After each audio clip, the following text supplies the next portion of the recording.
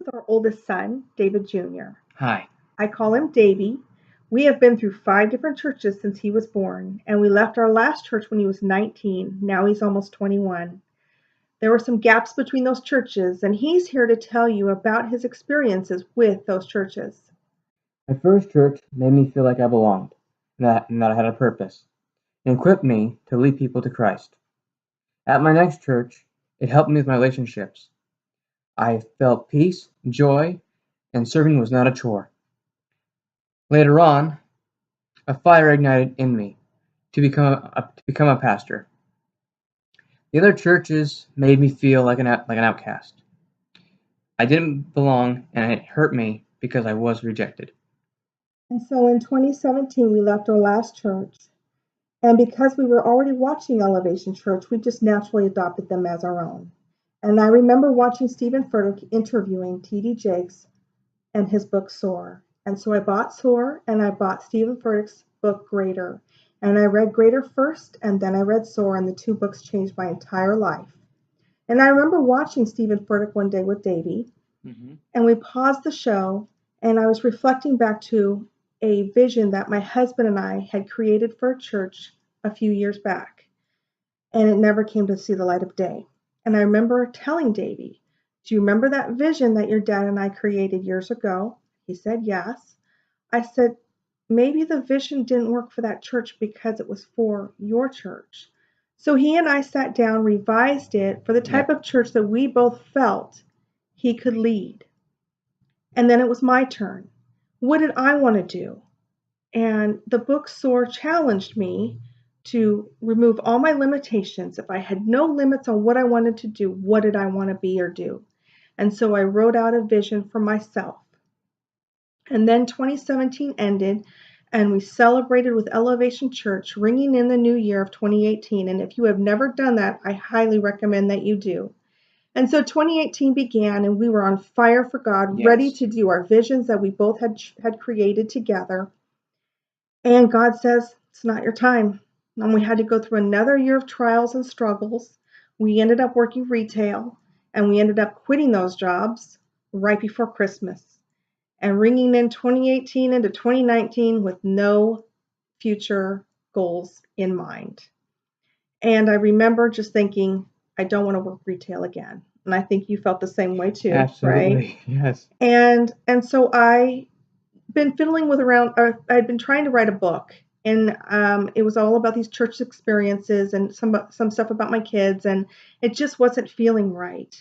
And so I created these videos, and God opened that door for me. And so here we are to share mainly my vision, because it would open the door for His vision. Mm-hmm. And so my vision is to create a facility where people can get together face to face. No texting each other, no talking to each other online. It's to create a foundation for leadership of churches that I believe is really lacking, especially in the ones we were a part of.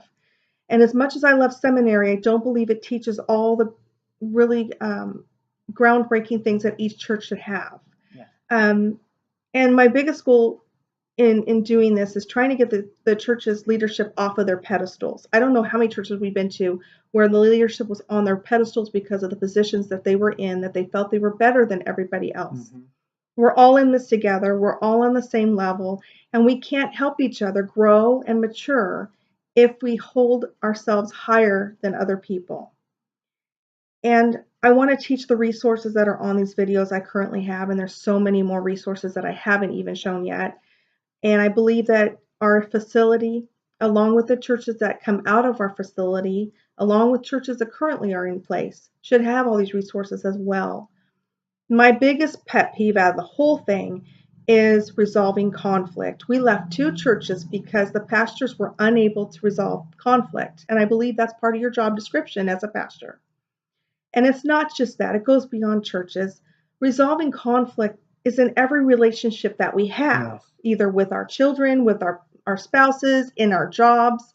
We have to get good at resolving conflict.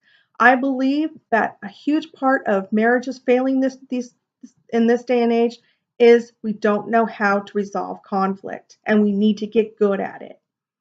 I want to meet the young people where they're at and not ostracize them. We were at a church where the pastor actually called the young people knuckleheads. That's going to make your kids leave in droves. It's not going to make them feel valued. It's not going to make them feel worthy in your church, and they're going to leave and they're not going to recommend your church. I want a place where people can network in person, where pastors in training, worship teams, and leaders can form teams before they leave the facility so that they're already ready to go and make their church. I think the biggest part of the problems that we're having with the churches we've been at is that they fight to get the leaders put in place that shouldn't belong, that don't belong there. Just because they graduated seminary or just because they need to fill in a space doesn't mean that person is right for that position. And I want this facility so that my son can have a good foundation for his church. And that's my end game, where I dream to someday be. And right now, this doesn't exist. SOAR taught me to dream of something no one else is doing. We have an end result, but what we don't have is money.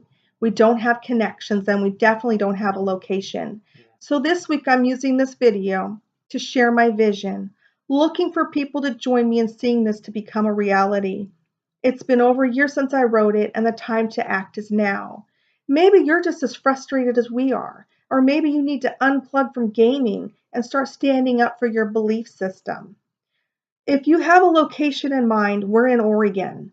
If you want to donate money or your time, or maybe you're really good at teaching, we could use you to lead the classes online or on the campus itself. Absolutely. Let's collaborate. I urge you, if your circumstances are anything like ours, if mediocre churches have failed you, be part of the solution. Stand up for churches built on a firm foundation of training and networking in person. Churches need to stop selling out to society. Corruption is rampant among our churches. A celebrity recently just said she was done with churches because all they wanted was her money. And we've been there as well, which is why we are also done trusting that another church won't end up hurting us. This is not what God had in mind when He came up with these churches. So please contact me today on Facebook or on my website, and let's see this facility get built. Thank you, and God bless you.